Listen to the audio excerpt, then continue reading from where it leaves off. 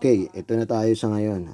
So, kinalas ko na siya, yung part na, ito yung sinasabi ko, na part na, yung customer, dinala ito, pero kalas-kalas na. Like example, ganito na siya, kalas-kalas na siya. So, may mga parts siyang ganito, na hindi natin alam kung saan nakalagay, o saan siya part dito. So, ayan, kalas-kalas siya. So, pag ito kalas-kalas, sinindi niya, nagkakaroon to ng error. So, yung error nun, hindi magtutuloy-tuloy yung printer, mag-print. So, they have a error po eh. So, yun, may mga naputol siyang parts. Yan po, yung mga naputol niyang parts. Hindi natin alam kung saan to. Yan po, yan.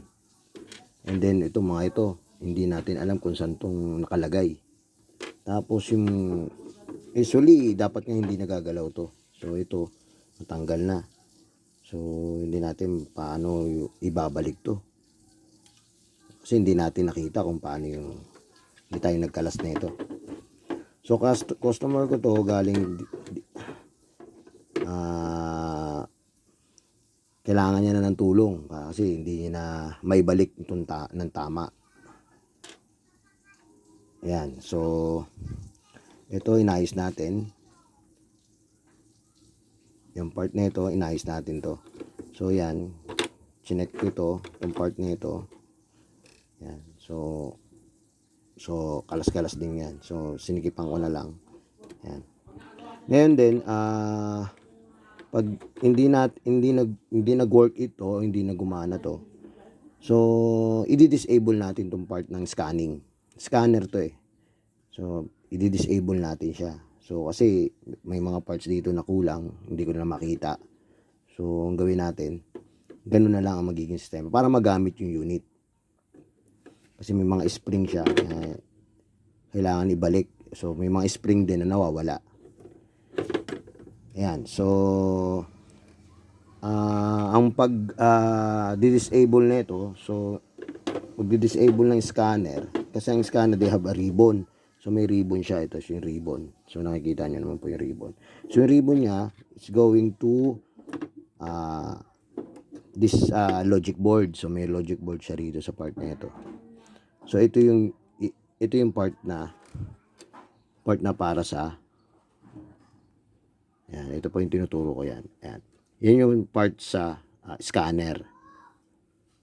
So, ayan, pag ginugot natin to, so, yun, gaganin na yung printer.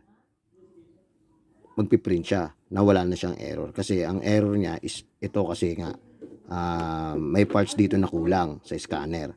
So, tatanggalin natin to, yun, disable niya. Magagamit mo na siya sa printing lang. Pero yung scanner, dahil wala siyang connection, hindi nyo na magagamit siya, yung scanner. So, ito yung, dinisable natin yung part ng printer, ng scanner.